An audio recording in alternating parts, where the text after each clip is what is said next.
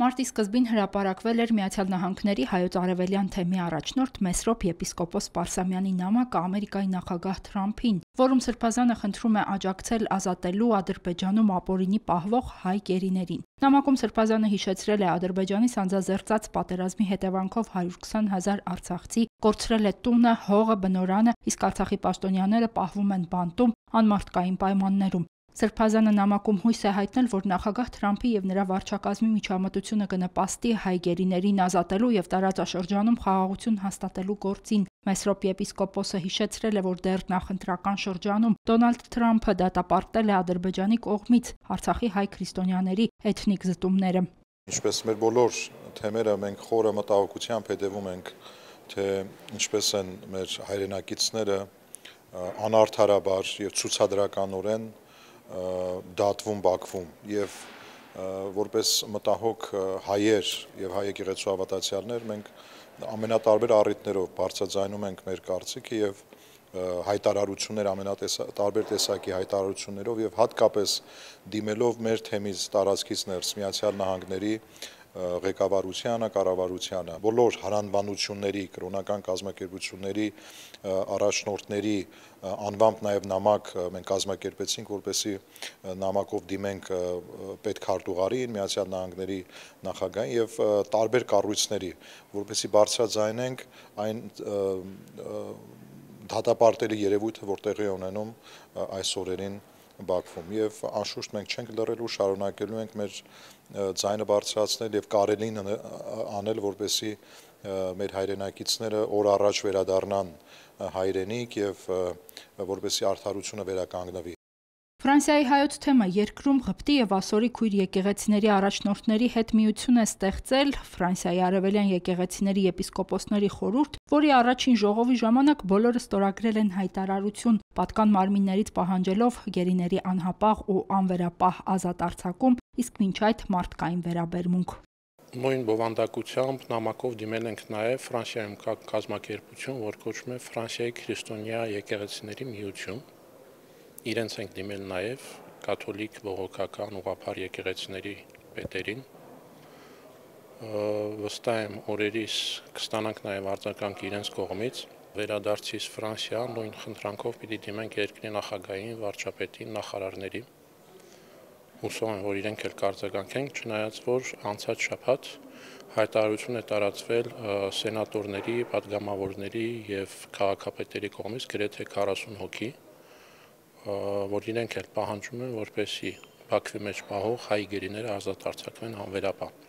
Արդեն երկար ժամանակ է, որ Մայրաթոր Սուրբ Էջմիածինը եւ նրա բոլոր կառույցներն իրենց անմիջական գործունեության կարևոր մաս են դարձրել գերիների շուտապույտ ազատ արձակման հարցը։ Մայրաթորի կոչին արձագանքել են գրեթե բոլոր քրիստոնեական կառույցները։ Անցյալ տարի նոյեմբերին Ամենայն հայոց կաթողիկոսի կոչի շնորհիվ եկեղեցիների համաշխարհային խորհրդի կենտրոնակայան Ժնևում տեղի է ունեցել միասնական աղոթք։ Այդ օրը եկեղեցիների համաշխարհային խորհուրդը հրավիրել է բարի կամքի տեր բոլոր մարդկանց միանալ հանուն Հայաստանի աղոթքին, հանուն խաղաղության, գերիների ազատագրման եւ բռնի տեղահանվածների աջակցության։ Խորհուրդը հանդես է եկել հայտարարությամբ հիշեցնելով 2020 թվականի պատերազմը Արցախի դեմ, 10 ամիս տևած շրջափակումը եւ շուրջ 120,000 մարդկանց բռնի տեղահանումը։ Միջոցառումը կազմակերպվել էր COP29-ի նախօրեին, քանի որ խորհուրդը կարևոր է համարել այդ օրերին հիշեցնել գերիների եւ քաղբանտարկյալների ազատության հարցը։ Հազարավոր մարդիկ առիթ ունեցան աղոթելու գերիների շուտապույտ արձակման հետ կապված եւ վեհապար հայրապետն էլ իր ուղերձով, տեսաուղերձով ներկայացավ այդ միջոցառմանը։ Նաև առաջիկային նույնօրինակ բազմաթիվ միջոցառումներ կազմակերպվելու են։ Բնականաբար գերիների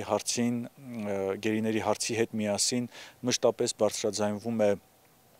մեր բռնի տեղահանված քույրերի եւ եղբայրների, Արցախի քույրերի եւ եղբայրների իրավունքների վերականգնման հարցը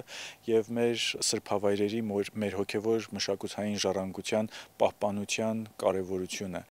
Մայրաթորը Արցախի եւ Բաքվում պահվող գերիների հարցերով դիմում է ոչ միայն քրիստոնեական կառույցներին։ Վեհապար հայրապետի անմիջական, այսպես հովանու ներքո եւ հոգացությամբ մշտապես զանազան միջոցառումների մասնակցություն է բերվում Սուրբ Էջմիածնի կողմից եւ դա կլինի Եվրոպայում ամենաբարձր ատյաններում, օրինակ Եվրոպայի պարլամենտում կամ Ամերիկայի Միացյալ Նահանգների կոնգրեսում, որ բոլորովին վերջերս Սուրբ Էջմիածնի տեսակետը ներկայացվեց եւ հատկապես այս հարցերը ներկայացվեցին եւ պետդեպարտամենտում եւ կոնգրեսականներին եւ ներկայացուցիչների պալատի ներկայացուցիչներին, որպեսզի այս հարցը դառնա եւ Եվրոպայի եւ Արևմուտքի եւ առհասարակ հետաքրքրված բոլոր երկրների եւ կառույցների, ինչու՞ չէ նաեւ եկեղեցիների գործունեության համար կարեւոր մի մաս։ Մայրաթորի կառույցները, հատկապես աշխարհասփյուռ թեմերը, հայ ազգի գերեվարված զավակների ազատ արձակման մասին խոսում են տարբեր երկրներում ամեն հնարավոր առիթի դեպքում։ Երբ որ իրենց հանդիպում ենք լինի սենատորներ, քաղաքապետներ, падգամավորներ, տարբեր միջոցառումների, անձնական կամ առանձնակի զրույցների ժամանակ էլ իրենց ներկայացնում ենք, խնդրում ենք, որ իրենք աջակցեն եւ փառք Աստծո, որ իրենք ունկնդիր են լինում եւ աջակցում են այդ առումով։ Այսօր Ֆրանսիայում արդիական է դարձել արդեն, վաղը հուսով եմ ուժի մեջ կմտնի, որ մտածում են Բաքվի ղեկավարների դեմ պատժամիջոցներ ձեռնարկել, ֆինանսական պատժամիջոցներ նախ եւ առաջ։ Վաղուց մտածում էր լինի խորհրդարանում թե սենատում, բայց այսօր կարծեմ թե իրենք գնում են այդ քայլին ֆինանսական պատժամիջոցներ ենթարկել որոշ ղեկավարների, որպեսզի ցույց տան, թե ահավասիկ ուշադիր են հայկական հարցի շուրջ կամ տարածաշրջանում տեղ ունեցող հարցերի շուրջ։ Այս հարցը վերաբերում է հայի ինքնությանը, վերաբերում է հայ եկեղեցուն եւ հայ սրբազան ժառանգությանը, ուստի